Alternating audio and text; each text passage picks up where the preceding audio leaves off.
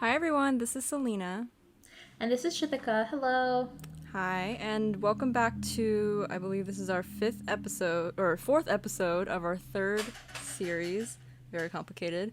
Thank you guys for coming back to Working Knowledge. Today we have a special guest, and we will be talking about virtual quarantine and how that relates to the workplace and just working culture. Yeah. Do you want to Introduce introduce yourself? our guest? Oh, I'm Oh, introducing. Okay, yeah, go yeah. for it. So our guest is named Alina Kramkova. She is a she is a friend, obviously a peer. She also graduated from Carnegie Mellon at the same year as us. She is currently in Pittsburgh with Chitika, not living together, but they are both in We're Pittsburgh. we're Yeah, neighbors. you're sort of neighbors, right? Yeah. Yeah, Distant neighbors. yeah, Distant neighbors. More neighbors than I am with either of you. Right. that's true. Yeah. Yeah. And yeah, Alina, you have to introduce yourself a little bit. Well, you just covered everything about me. I guess I was fortunate enough to get hired.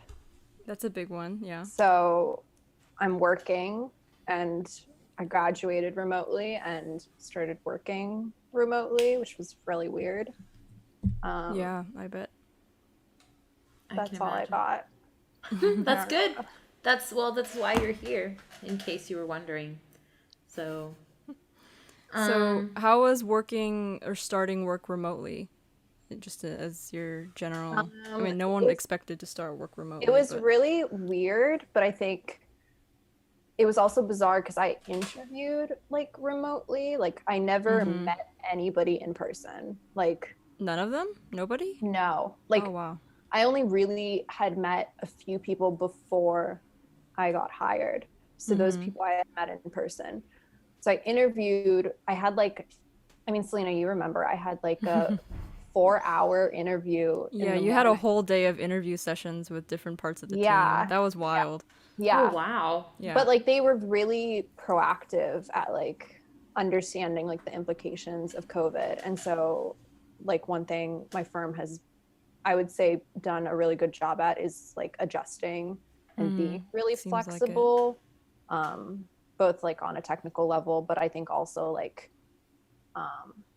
somewhat on like an emotional and mental level. Like everyone sort of acknowledges like the difficulties and like doesn't try to pressure like anything out of it. Like everyone's understanding the reality of the situation. So Oh, that's good. but starting remotely was really weird. It was intended that I start in person, but because that date kept being pushed back, I was lucky enough that they were like, okay, we'll just start you Remotely. virtually. Yeah. Yeah. Which, Yeah. yeah, I a little appreciate awkward. Yeah, I bet. I appreciate that your firm was like supportive of the virtual thing though, because I know a lot of, not saying that this is like the wrong thing to do, but a lot of firms kind of just quit hiring like completely, or like let go of their future interns, or Yeah. defer Even them, current or employees. yeah, current employees, obviously that's another one. So I guess I commend your firm on that part at least, because I think it's a very rare situation and you're quite lucky. Yeah. Right. Well, I think we also have to like take into consideration like there are different types of firms out there. There are firms that like will risk it all for like a really big project. And so Yeah. those were the ones that had to let go of so many people and were therefore unable to like hire any new younger staff, right? So Which is concerning Yeah. to me that they're not willing to hire new talent, or even consider hiring new talent. So yeah. yeah. Yeah. It must be tough to be like at that decision making level, because if you're running a firm, you're also trying to keep your like business afloat.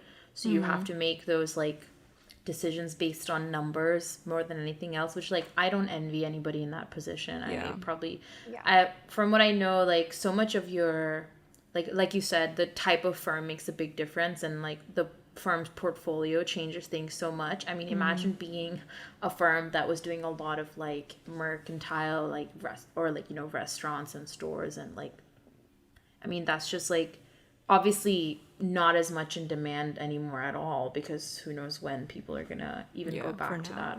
Yeah. So. Well, that in like institutions, like right, that are like suddenly no longer making money also, right? So Yeah. like I'm sure a lot of university projects are just being halted altogether. Right. Depends on the university probably, but yeah.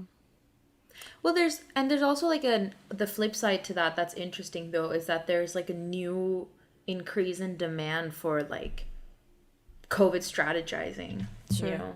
So I know some firms who do a lot of like, from what I know, like workplace design is sort of, obviously it's a thing in itself, and it's say relatively like recently emerging, and like that like sector of work has gotten such a big boost because everybody needs to know or wants to know how to like COVID proof their workplace, for lack of a better term. Right, but like like we just heard today, like now it's like Airborne. definitely airborne. So Yeah. like I didn't hear about that until I came into my office, and like common practices across offices is like desks are so far apart, like you don't really wear masks at your desk, partially because like my firm has like offices in different states, so like we already communicate virtually like as is, because different people from different offices are on like projects together. Makes sense. Oh, interesting. Yeah, so like everyone's like video conferencing, so like no one's like putting on a mask 24/7, right? Because like our desks are like 10 feet apart.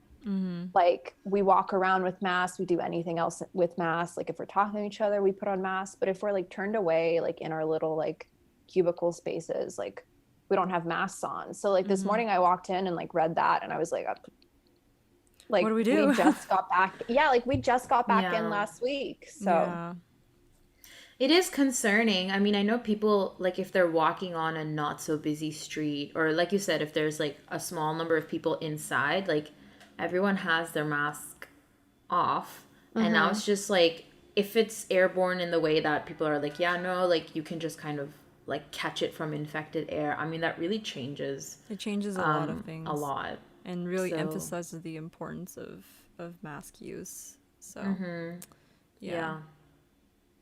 But also like reevaluation, like on a building level, like the HVAC systems, like there's these like, it's like we're racing against the clock, like, because architects are like already, right, like you're so slow at producing anything, right? Because you're waiting for the science to catch up, you're waiting for like whatever process it is to like construct something or design something, you're waiting on all these people, and then like the science is accelerating, and it's like I know a lot of designers like want to start doing something on that level of like studying buildings. And I've seen a couple of studies being done at universities of like, these are the best practices for like restaurant design, hospital design, all these different things, right? But like, I don't know, like who's actually checking these practices?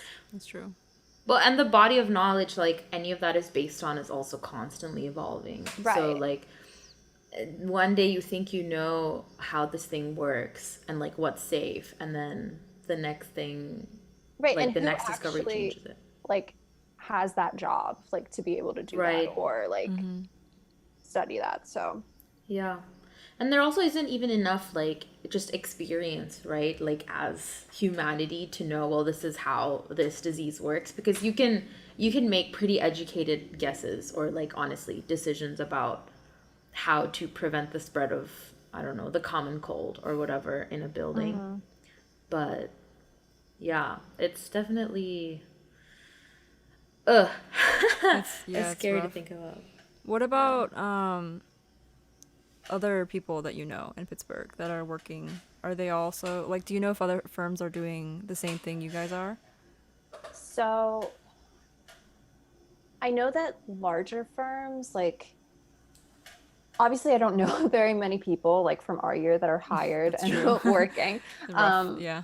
I know larger firms have like put in an effort to like rotate, like that's a thing, you know, rotate like people like in and out of the office. yeah, and like firms that are doing okay have tried to like redesign their spaces. Firms at the size of like my firm, which is I would say like medium, I have not heard anybody else that is like going in. I know like my Bonita, my roommate, she's still working from home. Oh really? That's rough. Yeah, and I think it really depends. My understanding is like the more corporate a firm is, the more resistant they are to like really understanding like people's needs, like families and concerns and all those things, right? Like the smaller firm gets, the more personal it gets, so therefore people understand like the risks people are taking to going into the office. Makes sense. Yeah. Has there been like I guess you've only been there a few months, but has there been a significant difference in like workflow? Like, how difficult is it for you to work at home versus, you know, in the office? Or I guess how have your coworkers felt about that? So from what I've heard is like the negative to it is obviously that there aren't as many like informal gathering opportunities. Like I know at one point the project that I'm on, they wanted like a bunch of us to go into like the main office and socially distantly like have a design charrette. I ended up not attending because I don't drive, don't have a car. Also, I'm like super freaking terrified of like, I don't know, like putting myself at risk and then putting everyone I interact with at risk. So they put me up on a little laptop screen, like facing the like the table where the charrette was going on. And I think everyone was kind of surprised that it was okay. Like I was able to do a lot of the like research and like quick study work, which I probably would have been doing anyways, right? Like they're not going to put me in charge of like designing the thing, right? I'm doing sort of like the on the side tasks. Right. And so I think the general consensus based on my very short-term participation at this firm is that it's working okay. And they're at least kind of accepting the fact that the reality of the next year is that people are going to be in different places. And that's okay. But yeah, like even the 1 week that I've been in the office, like the informal conversation, like about design, about the firm has like really changed my knowledge of the firm. Right. And maybe that wouldn't have been so evident if I had like been there before in person. Makes sense though. I mean, it's sort of the same way as like in like studio when you don't have like personal interaction. I know like there's some people that don't always go into studio and they're always kind of like they feel a little off like in the culture of the studio. So I get that. And no, go ahead. I think I guess I don't know how many people had to start remotely like me and like didn't really know their coworkers, but one of the hardest things for me has been like being comfortable enough to ask questions, right? Because when you have that face to face or like someone's next to you or you pass them by in the hallway or whatever, like you can ask them like a quick like, oh, do you know where this is? Oh, like, do you know, like it's a lot less labor for them to respond like in person, right? When you're typing things out, it feels like it's going to be this really annoying thing that you're like bugging them with a notification. That's probably the biggest negative, at least for me. I get that though. I would have so much anxiety doing that. I already have anxiety over asking people questions like about also, things. Like, so emails, right? Like emails they're a little more like I don't know, important feeling than they need to be sometimes. It's weird. That's the sense I've been like getting from some other people. I mean, again in Pittsburgh, right? But there's these like whatever, like happy hours and things that we'll go to sometimes. But people were talking a lot about like depending on kind of what your domestic situation is, like if you have a family or if you are like in a position of like taking care of like children or a partner, like depending on what space you occupy, like the work from home situation is so much more suitable to your needs. But it seems to come at the cost to a lot of like this was one conversation I was at, was like Women Plus in Design in Pittsburgh, and a lot of the people on the call were like, well, we feel like there's a lot of like, I'm not being very eloquent, but you know, it emphasizes like a certain kind of culture in the office where like the like old boys are, you know, at the office talking because they don't necessarily have like the same kind of responsibilities at home, or so on and so forth. Like, I get that. some people are, and I'm sure this like is applicable, say, across age too, right? Depending on what state you are or what stage of your life you're in. If you are like it's you and like a partner and you kind of like don't have young children to take care of, you find it more able to come into the office and kind of hang out, versus if you have someone who's younger and like in school, and then you have to manage their virtual learning and then your own virtual job, like you inevitably get cut out from the conversation. So like what you were talking about in terms of, you know, you have somebody at a desk next to you or across from you and they're accessible to you, like you miss all the like chatter too. So as somebody that's kind of new to a workplace and is looking to advance, you miss those like opportunities that you kind of like catch while they're floating. And unless you actively seek out mentorship or like professional development, it seems like it's passing people by. So yeah. And it's hard because I don't think there's, I mean, like, obviously this whole series is about tech, but there's not really, like, a tool that can really, like, replace that.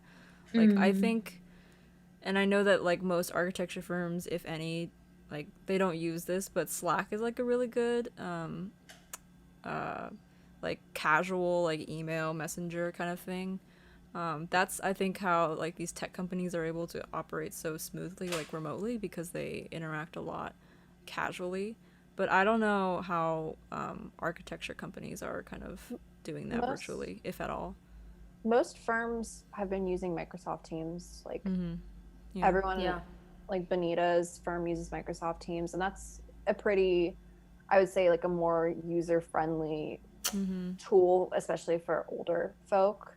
That's true. That is informal, and so we have like a lot like little groups where you sort of have basically like chat boards or whatever that you can like, you know, post something. And then we also have like one-on-one chats or group chats that are a little bit more quick. And we tend to use that over email. But even that is like, I don't know, sometimes the thought of like chatting my PM is like a really, I don't know, uncomfortable thing. Yeah.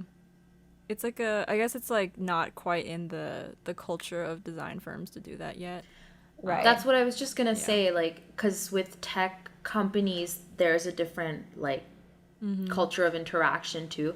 And I expect that it's not that design firms don't do like collaboration outside their office, but there's a sort of typically like more formal or like coordinated structure to communicating with another office or with a contractor or whatever. Like typically somebody, you know, in say like your position, Alina, wouldn't be expected to like call the like engineer and be like, and not that you're having to do that now, but like that kind of impacts the like platforms through which, you know, they communicate with each other. Right. So. But like we've been like, we use like whiteboards and we Miro. we have used that. Okay. We like schedule plan together. We all like share the screen. We've like done live modeling through Revit, sharing and like claiming the screen away from each other to make our own edits. Like I think depending on the age and experience, like that obviously varies, but I don't know, it seems fine. It seems like it's go. we've good. definitely kind of had instances where it's like someone's really frustrated and like needs to like draw something by hand and be like, I'll be right back. Like, let me take a photo of this. And but that also works out okay. So Right. It's good. Right. Yeah, it looks like it's turning out that like the work is definitely manageable, which is why this whole situation is like not ideal, but a really big kind of plus for people who need workplaces to be more accessible, because it's definitely all doable. And it's like boiling down to the realization that offices are mostly like they serve a social function above all else. So I think that's like, it's sort of like shocking to so many people, because you expect that, you know, like you go to work to work. Yeah. And turns out you go to work to like hang out by the water cooler and like talk to people. yeah. Yeah. I mean, like, I think it's like really funny because you know, the company that I mentioned last week about that bought my Halloween boxes. Oh yeah. They completely went remote. They're moving, like, I think they're moving out of their office permanently. Wow. So they're doing like an entirely remote team of like 30 or 40 people. And she said that she had to kind of she's HR manager or something like that, and she had to find different ways to engage the office in like you know, a more fun or online way. So one way she did obviously was sending them care packages, which I thought was a really creative way of doing that. Not to you know, plug my own thing, but I mean, win-win. I'm curious, Selena, where are they located? They're located in California. So I figure they're a tech company. Yeah. I didn't ask them, but I figure I'll probably find out later. What I've heard is even firms on the West Coast are a lot more prepared to dealing with remote work, and I would say that's in general have flex schedules, as opposed to kind of the firms on the East Coast right now realizing that they're a little behind the times. are behind the times. Yeah. Yeah, I mean, I think I've noticed even just in like job postings, I think they're a lot more on the West Coast, or maybe it's just me, but more on the West Coast than in East Coast cities, because they're kind of starting to open up hiring more. That could just be an over-exaggeration, but it seems that way to me. Right. Well, I like remember like 2-3 summers ago, whenever I was in Seattle, like we had 3 employees part of the firm that like just didn't live in Seattle anymore. Like one of them lived in Germany, but like we're still fully functioning. Like it was that's nothing. Crazy. And it was really bizarre to like witness, but like somehow worked totally fine. That's great though. Like no one was really threatened by the fact that like they were never there, like they were on their own schedules, and they weren't even necessarily like the most experienced or oldest or you know. But it worked out.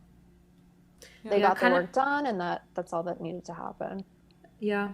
I wonder, it kind of makes you think about, sorry.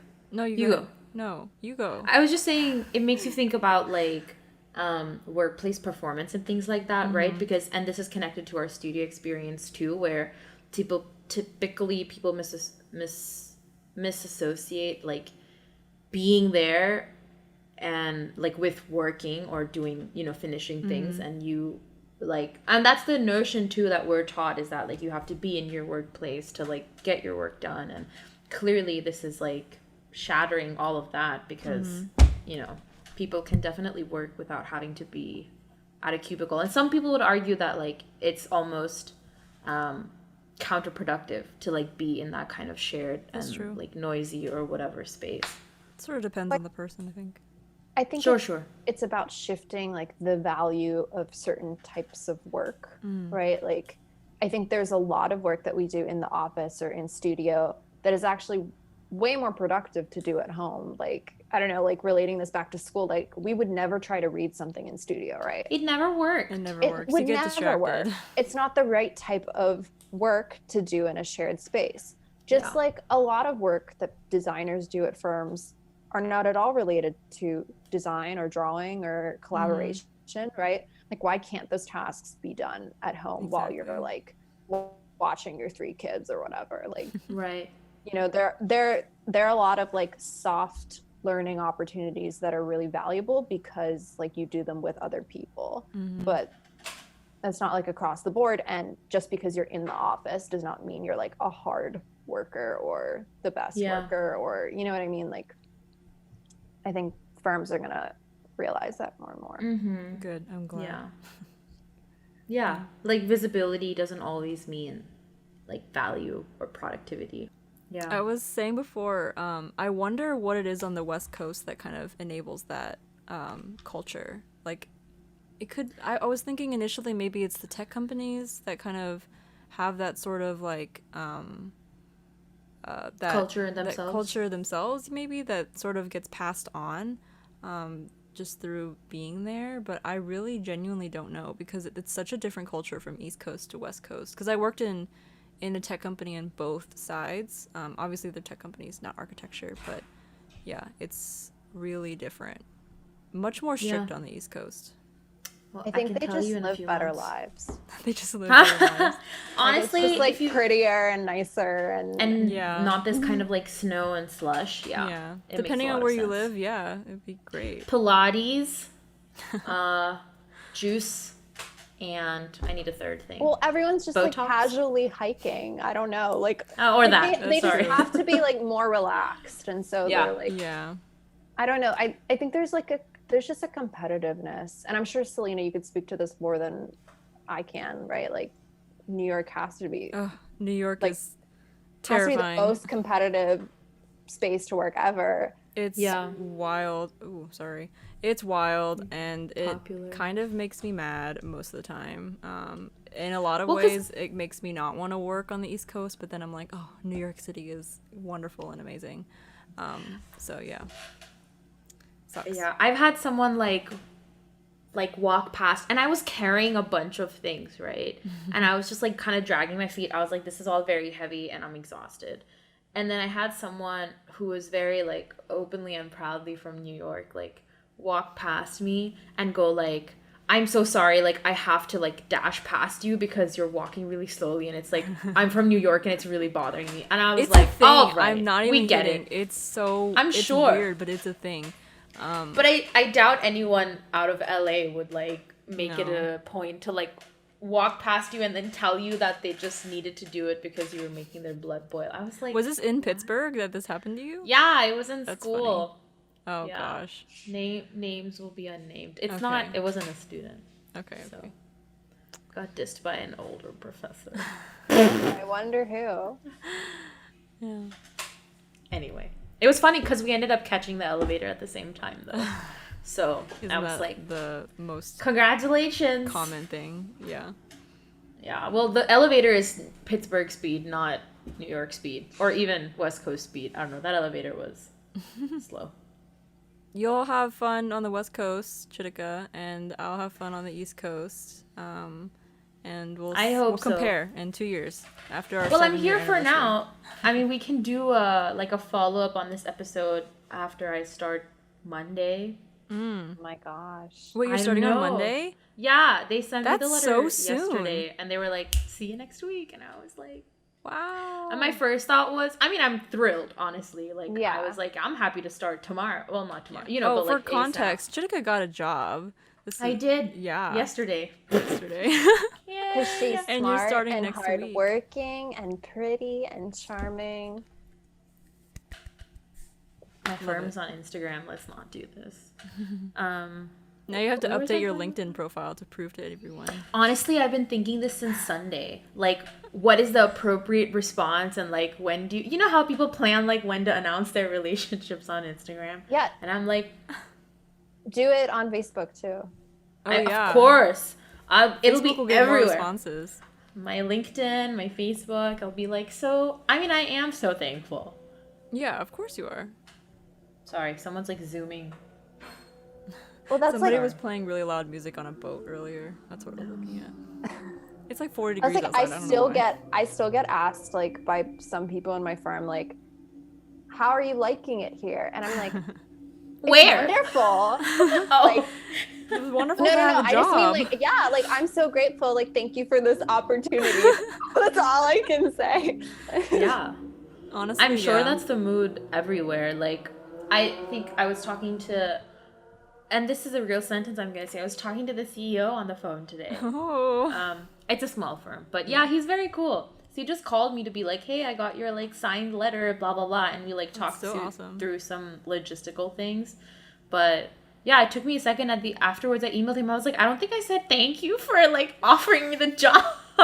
Like I'm like very excited. If you can't tell, I think anyone who's like a recent graduate and receives a job offer is ecstatic right now. Yeah, rightly so. I would love to be one of those people in the future.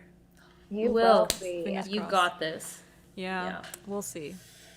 So, anyways, we're at, let's see, we're at like a little under 30 minutes or something like that. Oh. Wow, that was quick. I thought we were like 10 minutes into the call.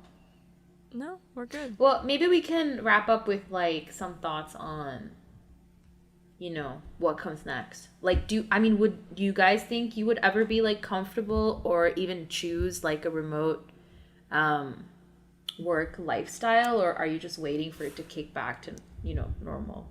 Honestly, I don't even know anymore. I think like it depends on the job. And I mean, I was talking to somebody who works at a firm in Pittsburgh as well, and they're hiring remotely.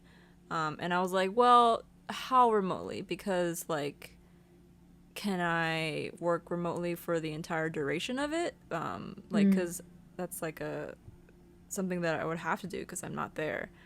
So I guess it depends on that situation. I think like overall though, I'm a pretty like big home person, so I'm okay being home, but I would definitely miss the social interaction. So yeah, it depends on the firm, it depends on my situation.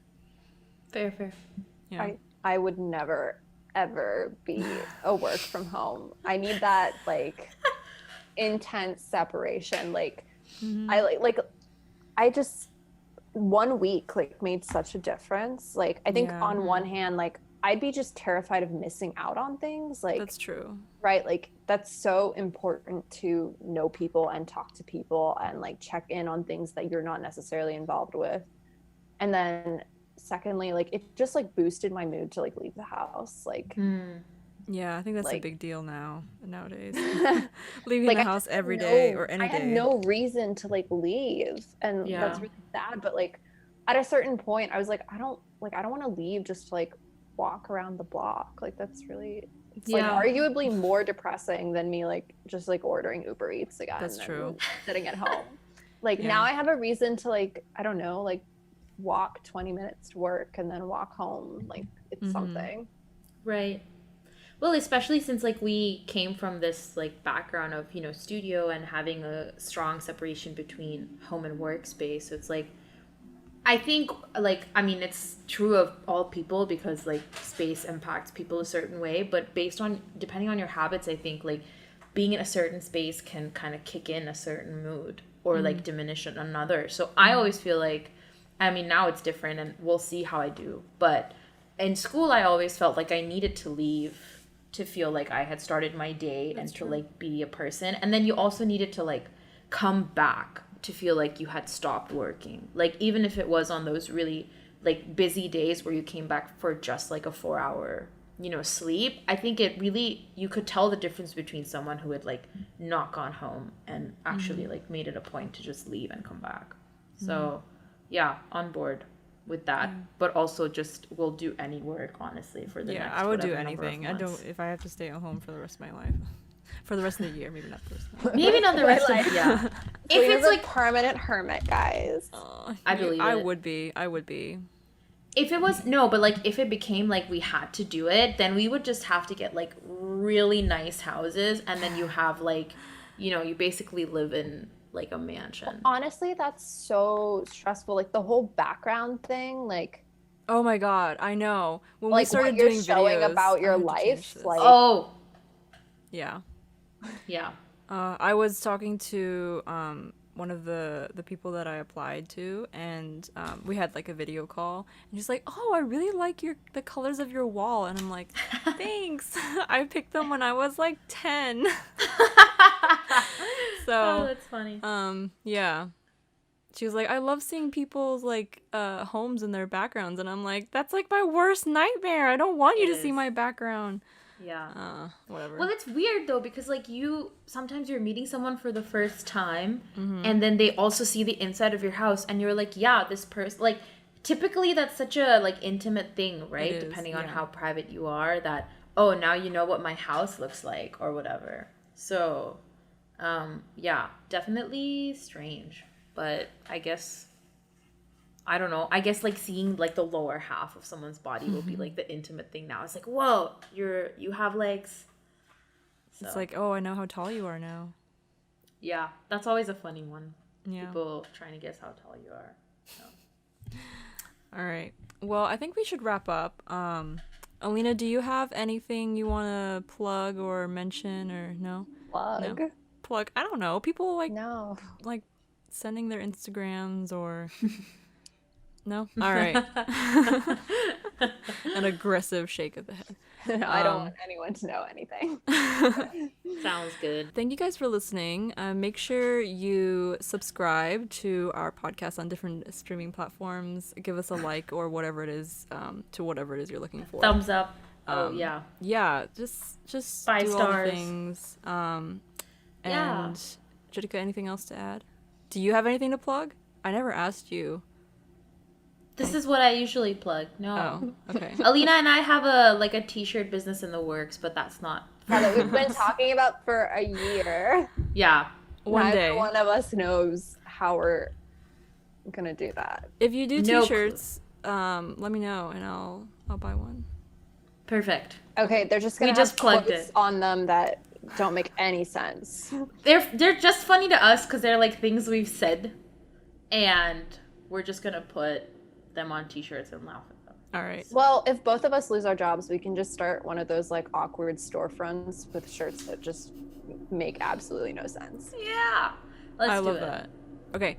Bye. All right, guys. everyone. Thank you, everyone. Bye. Bye.